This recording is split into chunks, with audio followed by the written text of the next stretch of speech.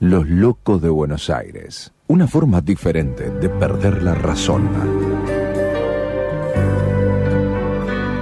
Idea y conducción, Roberto Ruiz.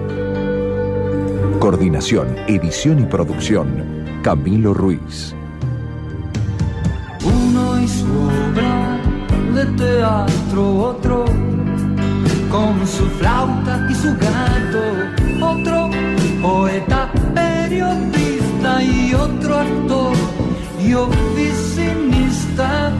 La ciudad los ama y que los locos de Buenos Aires latiendo por todas partes. Cuidado con esa gente, no se sabe qué pretende.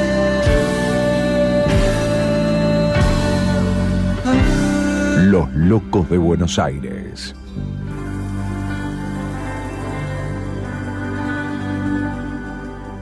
¿Qué tal? ¿Cómo les va?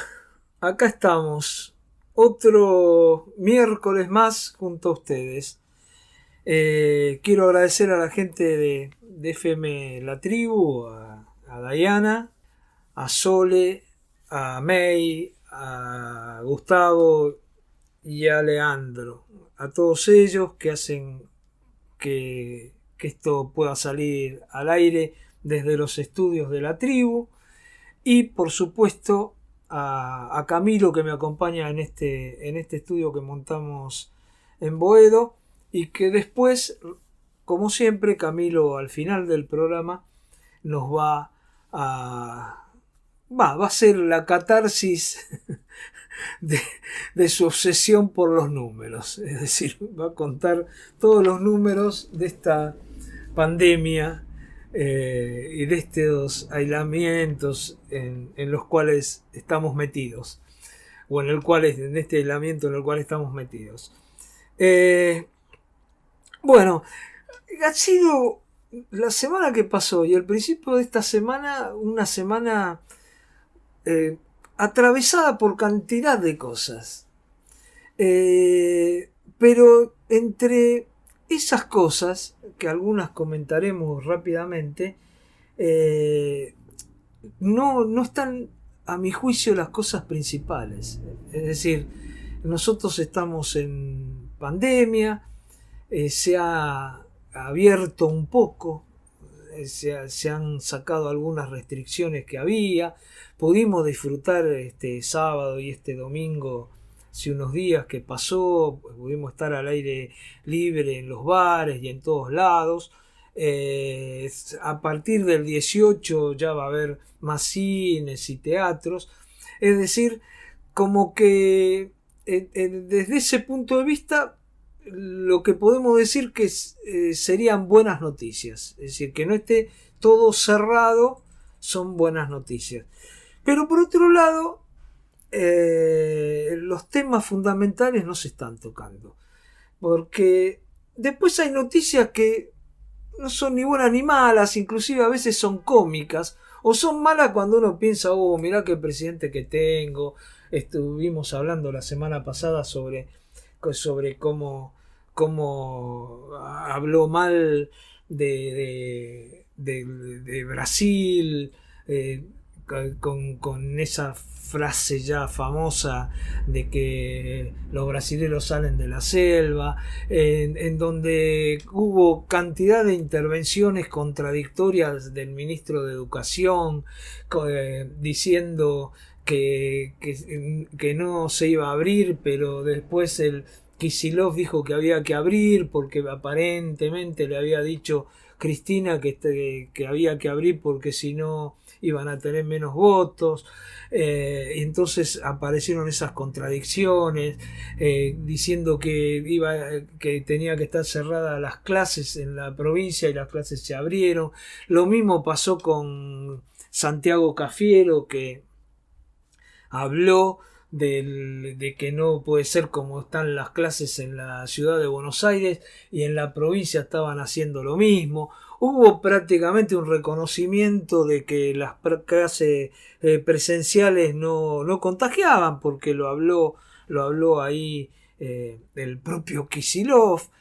Bueno, hubo contradicciones, cantidad de cosas que hizo hablar a todo el periodismo, pero lo fundamental, el ajuste brutal que se está llevando adelante, el ajuste brutal, y un ajuste brutal que se lleva adelante con un gobierno que tiene la suerte de tener la soja y los commodities al doble de lo que lo tenía el gobierno anterior.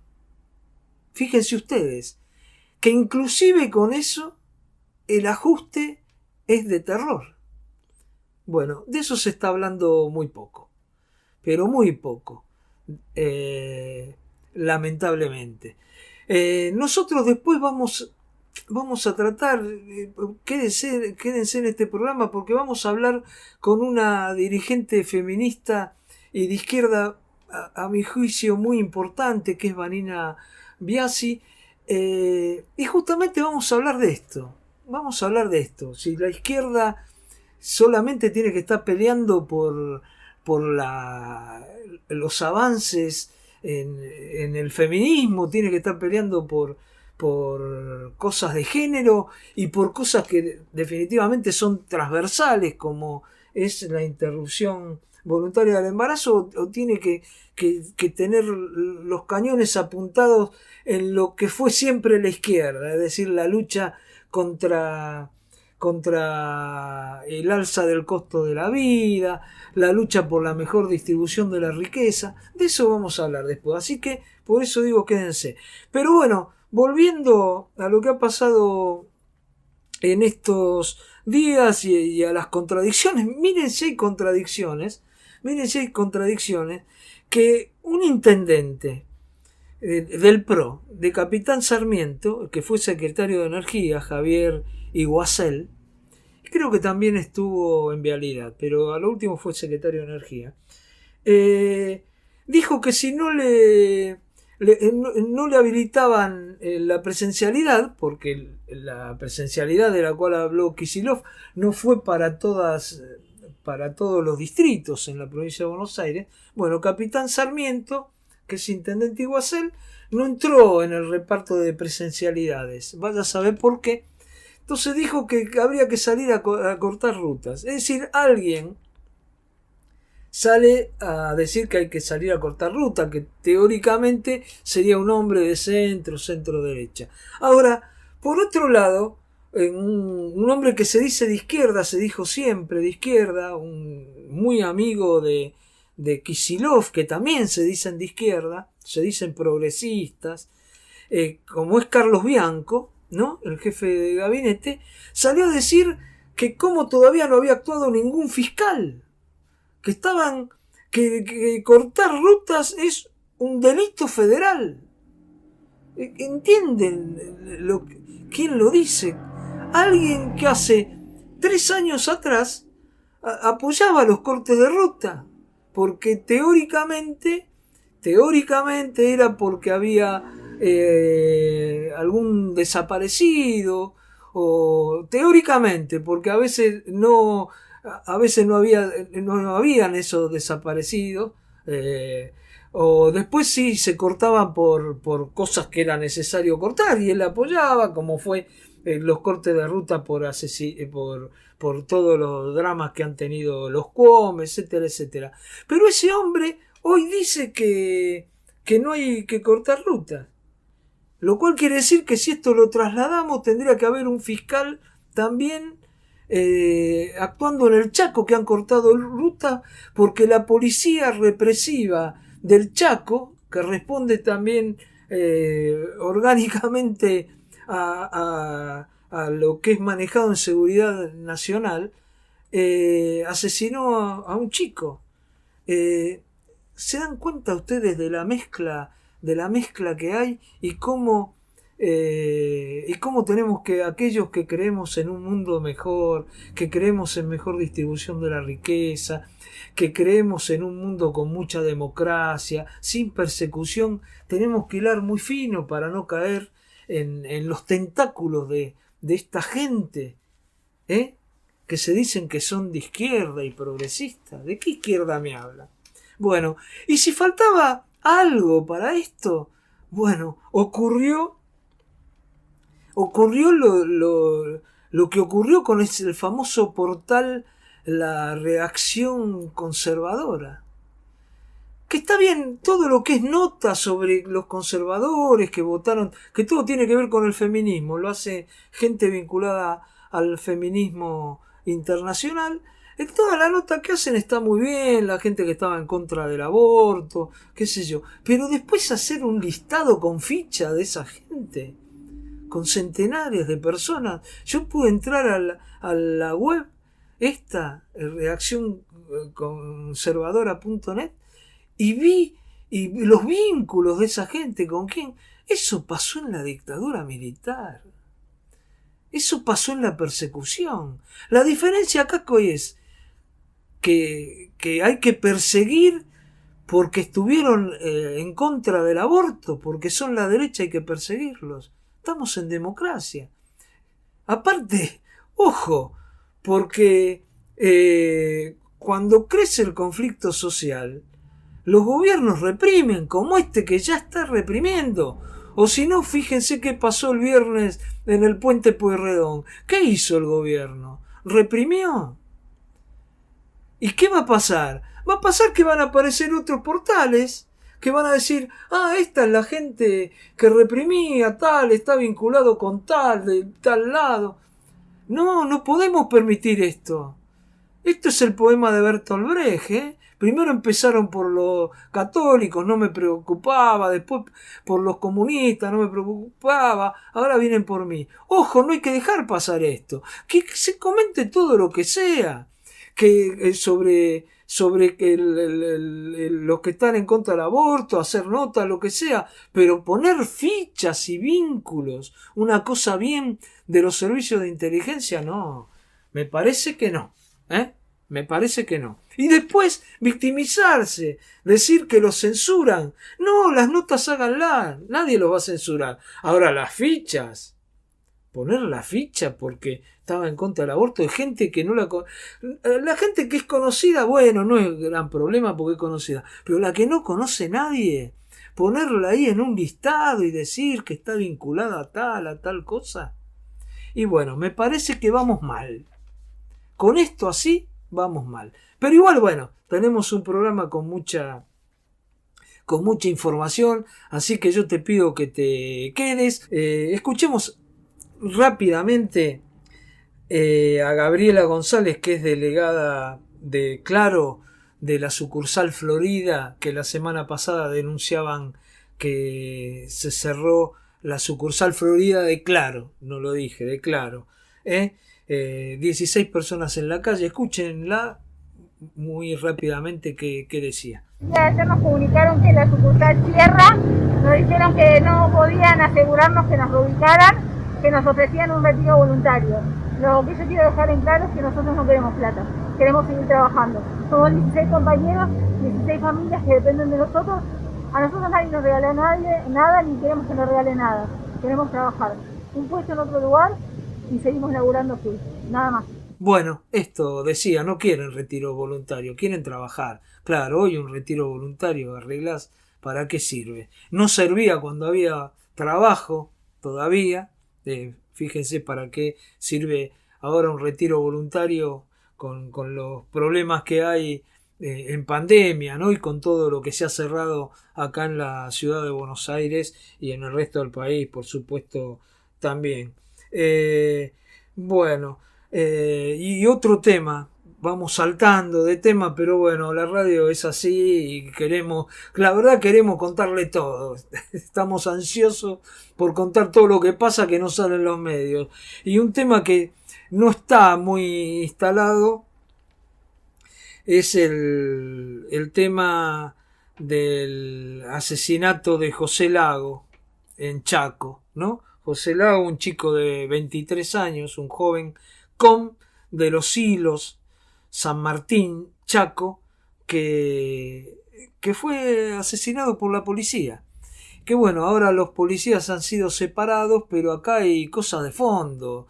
No hace mucho pasó lo mismo en el Chaco, recuerdan, con la pandemia, los desastres que hicieron, inclusive hasta torturas hubo en el Chaco. Así que bueno, vamos a escuchar, hubo una movilización de movimientos del pueblo, a la Casa de Chaco, de gente que se solidarizó con la familia de José Lago y que decía esto. Vamos a ver qué decían. Estamos acá con varias de las organizaciones que salimos en repudio de lo ocurrido el día viernes en la provincia de Chaco con un compañero de una comunidad originaria. La verdad que es lamentable como el gobierno una vez más salió con su política asesina a repudiar a nuestros compañeros, a reprimirlos. En pedido donde solamente querían defender sus tierras, porque nosotros sostenemos que la tierra es de quien la habita y quien la trabaja. Entonces, en vez de dar respuestas a los reclamos y a las necesidades que tienen esos pueblos, salen a reprimirlos y a asesinarlos. Hoy salió una movilización bastante grande en la provincia de Chaco, en muchos sectores de Chaco, donde salió la familia de José a pedir respuestas, a que se hagan responsables y que paguen por la muerte del compañero José. Al sacarle sus tierras los van corriendo hacia la ciudad.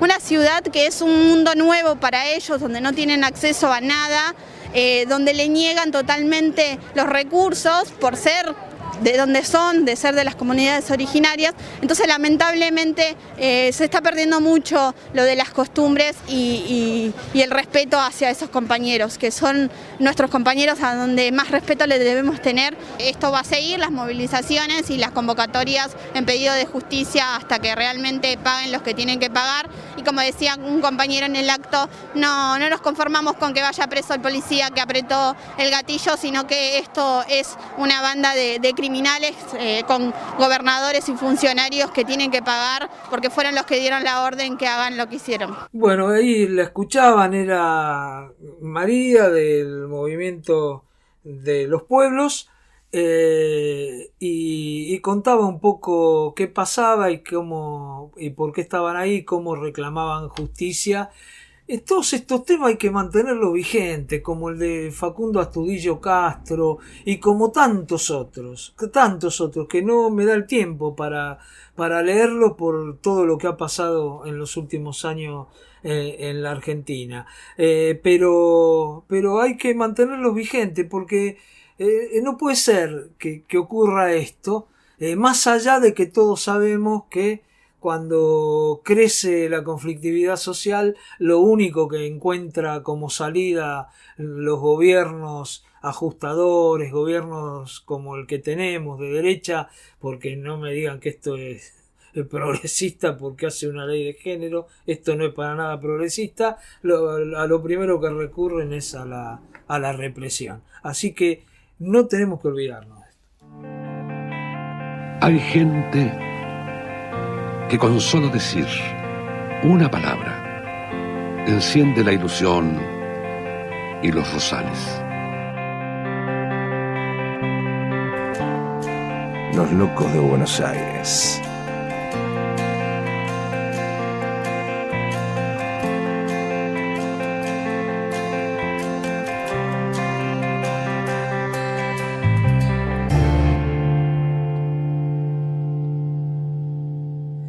Otro tema que tiene que ver con la salud es lo que estaba pasando en el Hospital Ramos Mejía, un tema que ustedes vienen escuchando en este programa. El viernes pasado, la semana pasada, nuevamente se hizo un banderazo en el hospital, con los reclamos que vienen haciendo ya desde hace un tiempo, que son reclamos que tienen mucho que ver con cómo están trabajando hoy en los hospitales de la ciudad de Buenos Aires. Claudio Gómez es delegado de SUTECBA, del Hospital Ramos Mejía, y cuenta cuál es la pelea que están dando. En todas sus formaciones, auxiliar de enfermería, enfermeros profesionales y licenciados, como así también el reconocimiento de la insalubridad, nuestro trabajo. Ya se sabe con esta segunda pandemia, porque la primera fue en el 2009 con la gripe A, está bastante visto de que es insalubre, por donde se lo mire. Por eso hemos presentado un proyecto de ley en la legislatura para que nos consideren insalubres. También el pase a planta permanente de los más de 100 compañeros contratados que le vinieron haciendo frente desde 2020 hasta ahora, y cada mes ven en sus recibos, a ver si en su casa no llegó un telegrama de despido. También queremos la reapertura de nuestro jardín maternal, que fue cerrado, muy a pesar de que la decisión judicial fue de reabrirla, refaccionarla. Sin embargo, lo cerraron, desmantelaron todo, le sacaron el escudo de escuela, y eso en un momento donde se pide la presenciabilidad, nos cierran una escuela, la escuela número 6. Y como se sabe, en todo el sistema de salud, no solamente el público, se trabajó siempre con el personal justo, pero el tema es que la demanda de COVID es el doble de la actividad laboral. Entonces están sobrecargados, cansados, y son vulnerables de ese modo a que se infecten, a que lleven el virus a sus domicilios, contagien a su familia, como ya ha sucedido. Hemos tenido que obligar al gobierno de la Ciudad de Buenos Aires con 2 recursos de amparo en la justicia para que nos provean en calidad y cantidad de todo el equipo de protección personal. Eso es la realidad. Bueno, creo que es claro, mucho no hay que agregar.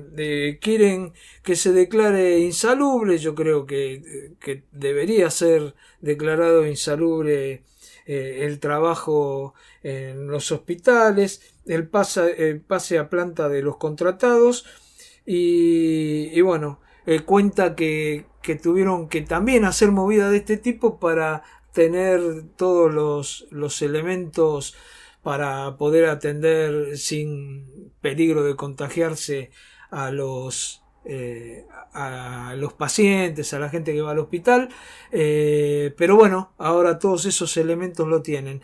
Y lo otro que reclaman es la apertura del jardín, que se cerró, que en esto hay que agregar algo que yo lo hablé con Claudio Gómez en otro momento, que es que los chicos que iban a ese jardín están yendo al jardín que hay en la manzana 66. Claro, lo que ellos reclaman igual es que se necesitan más jardines, sobre todo maternales, pero los hijos de la gente del hospital están yendo a la manzana 66.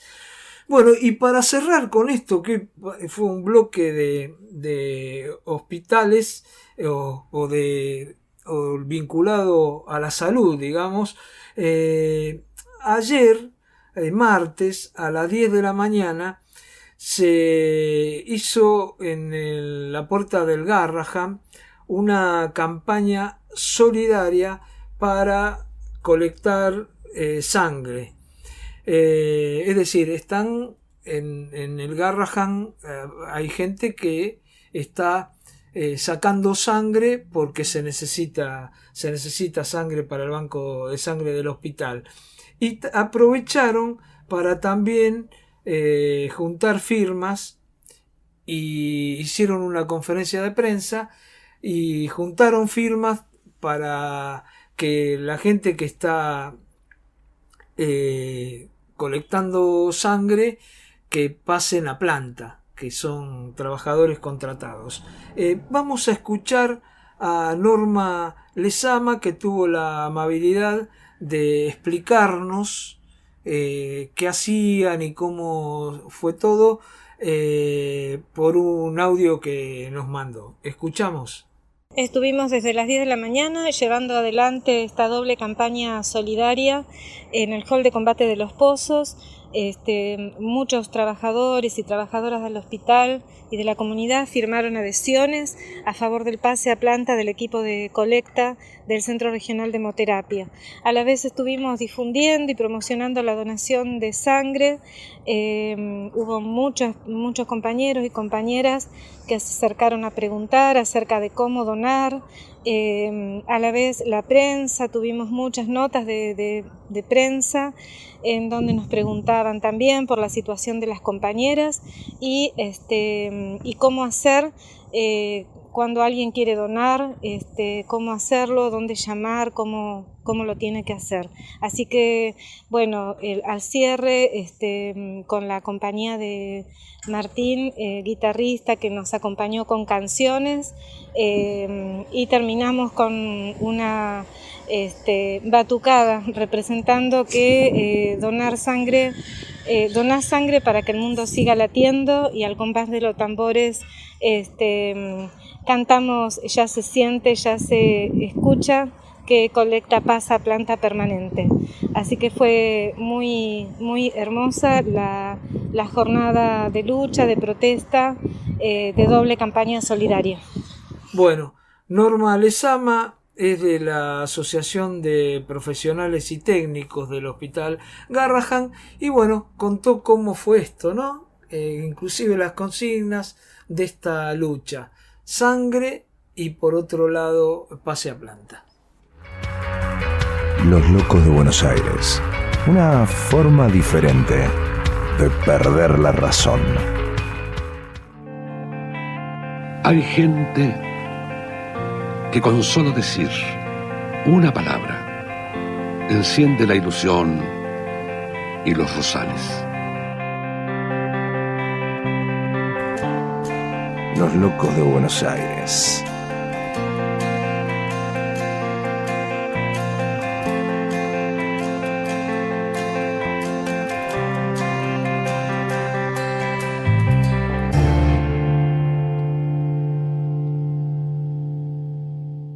Bueno, ya entramos en el último bloque.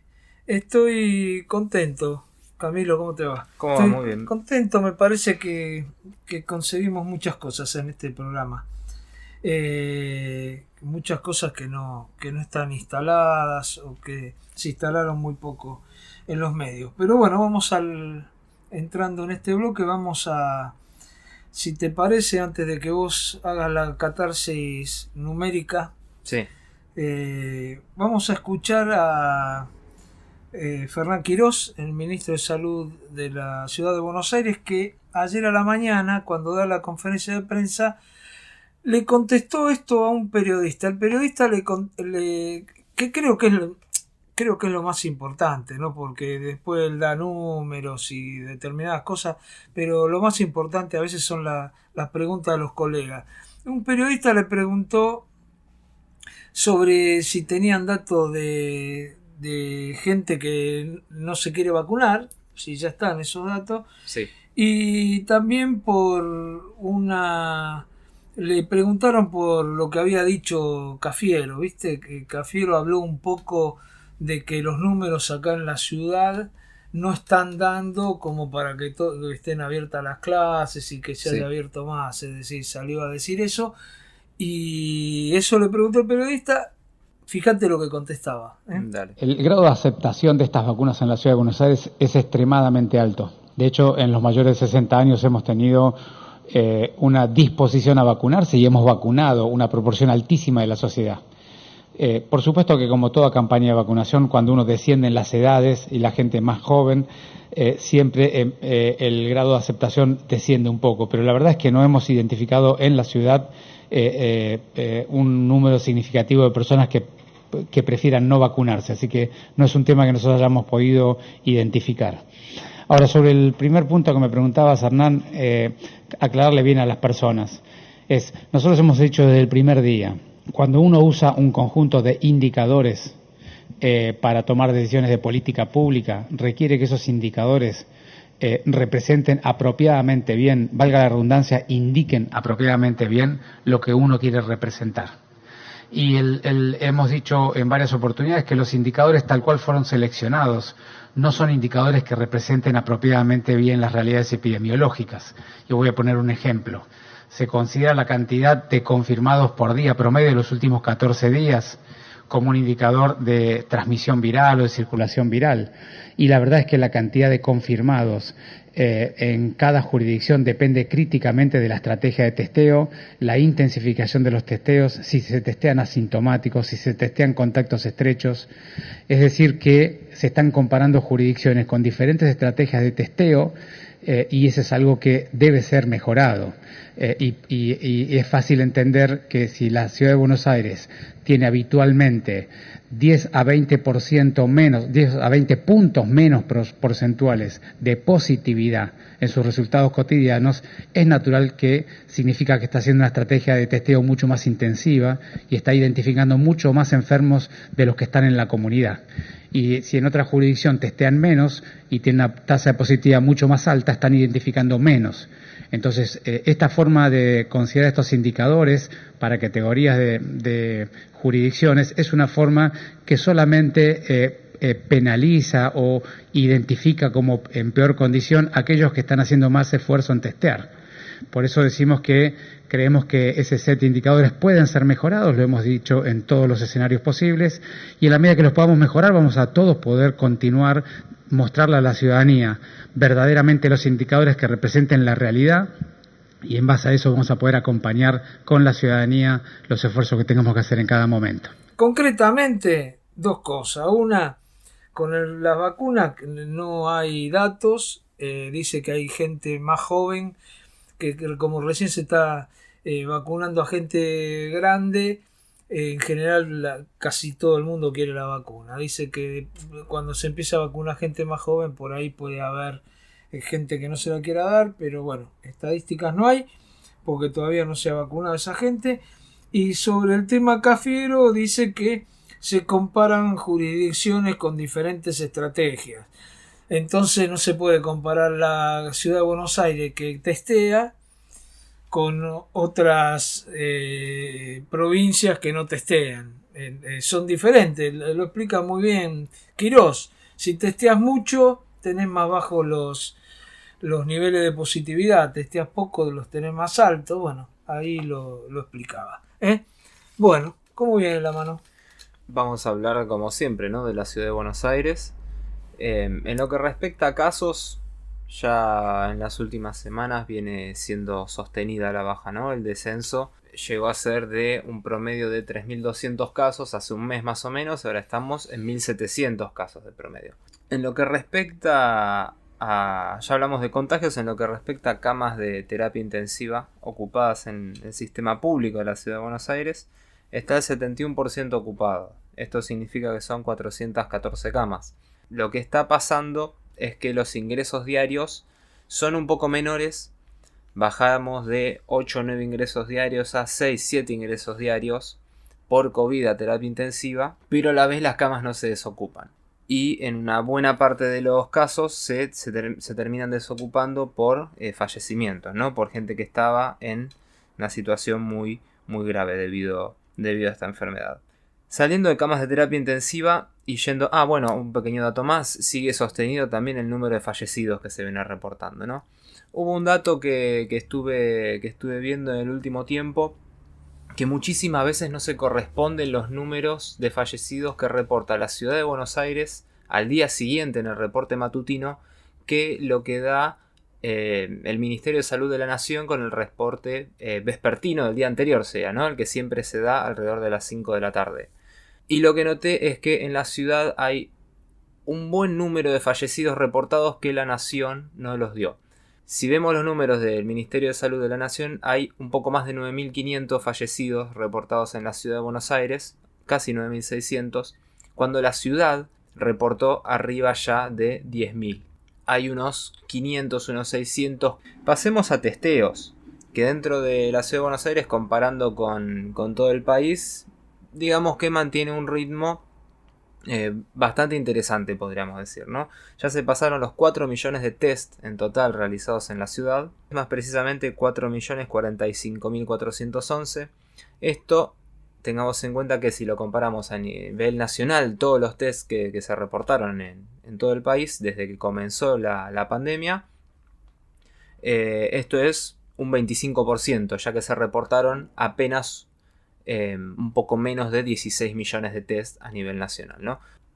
El testeo es una estrategia que evidentemente acá no se utilizó, y yo creo que si se hubiese utilizado y si hubiese agarrado tempranamente muchos otros positivos, por más que sean asintomáticos. ¿A qué voy con todo esto? Es que algo que mencionaba Quirós en el audio que escuchamos recién, es que con respecto a los testeos hay dos estrategias que se están aplicando de manera diferente en el país, ¿no? Y es bastante injusto medir con el mismo parámetro a ambas estrategias. Por lo que vemos y por la cantidad de hisopados que se reportaron en la ciudad de Buenos Aires, hay una estrategia mucho más intensiva de rastrear a los positivos, ¿no? Con contactos estrechos y demás. Acá no mandan a nadie a aislarse 4 días sin hisoparse. Pero bueno, esto en lo que respecta a casos, ¿no? Sí, antes una cosa, de paso que hablaste de testeos, entre las 10 y las 6:30 está el móvil que testea. Si tuviste un caso estrecho o algo, hay un móvil, aparte de los lugares fijos, que va dando vueltas por la ciudad. Podés consultarlo en la página del gobierno de la ciudad. Yo te digo, por ejemplo, que esta semana podés ir a la Plaza Almagro, ahí vas a tener el móvil. Podés ir a Paysandú al 1800 entre Juan B. Justo y en la esquina de Juan B. Justo y San Martín. Ahí también tenés el móvil. Si llueve, a la calle Granada 1660 en Paternal. Podés ir a la Comuna 9, a la Plaza Salaberry, y que quedan en Alberdi al 6300. Dije estas comunas nada más, pero en todas las comunas está dando vueltas el móvil. Sí, seguimos. Ahora pasamos a vacunaciones. Dale. Se aplicaron 1.457.158 dosis en la ciudad de Buenos Aires, 1.146.269 de la primera dosis y 310.889 de la segunda dosis. ¿Cómo se ve reflejado esto a nivel poblacional? Un 38,25% de la población, de los residentes de la ciudad de Buenos Aires, tienen por lo menos una dosis, y un 10,6% tienen las 2 dosis ya aplicadas, ¿no? Esto significa que mayores de 60 años, la totalidad de los empadronados recibieron por lo menos una dosis, y después en lo que respecta a las segundas dosis los números van variando, ¿no? Mayores de 80, un 62% recibieron las 2 dosis. Este número seguirá creciendo con el tiempo, porque tengamos en cuenta que los mayores de 80 fueron los primeros residentes que no eran trabajadores de la salud que recibieron la vacuna de AstraZeneca. Y estas son las vacunas que siguen llegando. Los que tienen problemas son los que recibieron la Sputnik, que ya algunos se les pasaron los 3 meses. Exactamente, sí. No llegan, si querés ahora hablamos de las diferencias también entre Sputnik y... Dale. Entre las primeras y las segundas dosis de Sputnik. Entre 70 y 80 hay un 31%, este número no se movió. Hay un 31% de adultos mayores con ambas dosis, y entre 60 y 70 un 12%. Esto en lo que respecta a adultos mayores, ¿no? Lo que implica un total de 619.167 adultos que recibieron una dosis y 145.439 que recibieron las 2. Así que estamos más o menos al 30%, podríamos decir, un poco menos, de adultos mayores que ya completaron el proceso de la vacunación, ¿no? En la AstraZeneca ambos componentes son el mismo, ¿no? Ambas dosis son el mismo componente. Entonces, a medida que llegan estas vacunas, lo que se está haciendo es completar el ciclo de la vacunación de aquella gente que fue vacunada hace 3 meses. Recordamos, como dijimos recién, adultos mayores de 80, fines de febrero o durante marzo recibieron una vacuna AstraZeneca. ¿Qué pasa? Durante ese marzo, también un montón de adultos mayores de 80 recibieron la vacuna de Sputnik. ¿Qué pasa? Los dos componentes de Sputnik son distintos. Siguen llegando componentes dosis del primer componente. En todo este tiempo vinieron en menor proporción del segundo componente. En total se aplicaron hasta ahora 631.000 primeras dosis de Sputnik y 133.000 segundas dosis. En general, de estos 133.000 hay aproximadamente unos 100.000 que son de trabajadores de la salud, que fueron de los primeros componentes que fueron llegando, que se los dieron a ellos, ¿no? Fueron la prioridad a la hora de vacunar. Inclusive el primer trabajador de la salud vacunado, si mal no recuerdo, fue en diciembre del año pasado, fines de diciembre, cuando llegó el primer cargamento de Sputnik. ¿Qué pasa esto?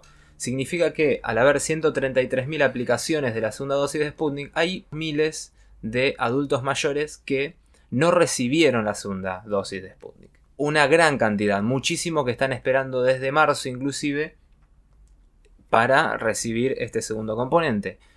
Prometieron que iban a llegar más que iban a llegar inclusive algunos aviones directamente nada más que con segundas dosis, ¿no? Porque se excusaron con que el componente es más complicado de realizar y demás.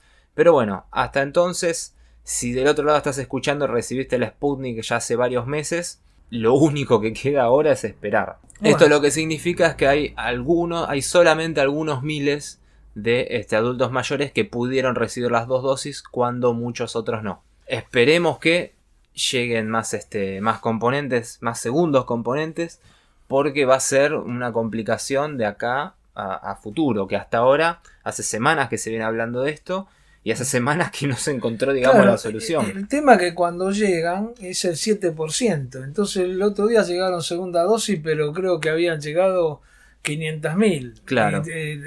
Son 35.000 dosis. 35.000 dosis, es muy no, poco. Menos 200.000 habían llegado. Es muy menos poco, aún es todavía. muy poco. Entonces, calculemos que más o menos en toda la Argentina se dieron unas 7 millones de Sputnik y faltan dar como 4 o 5 millones de segunda dosis. Claro. Y bueno, el problema que hay de esos 4 o 5 millones, 3 millones más o menos ya se les cumplió los 90 días. Claro, ese es el problema.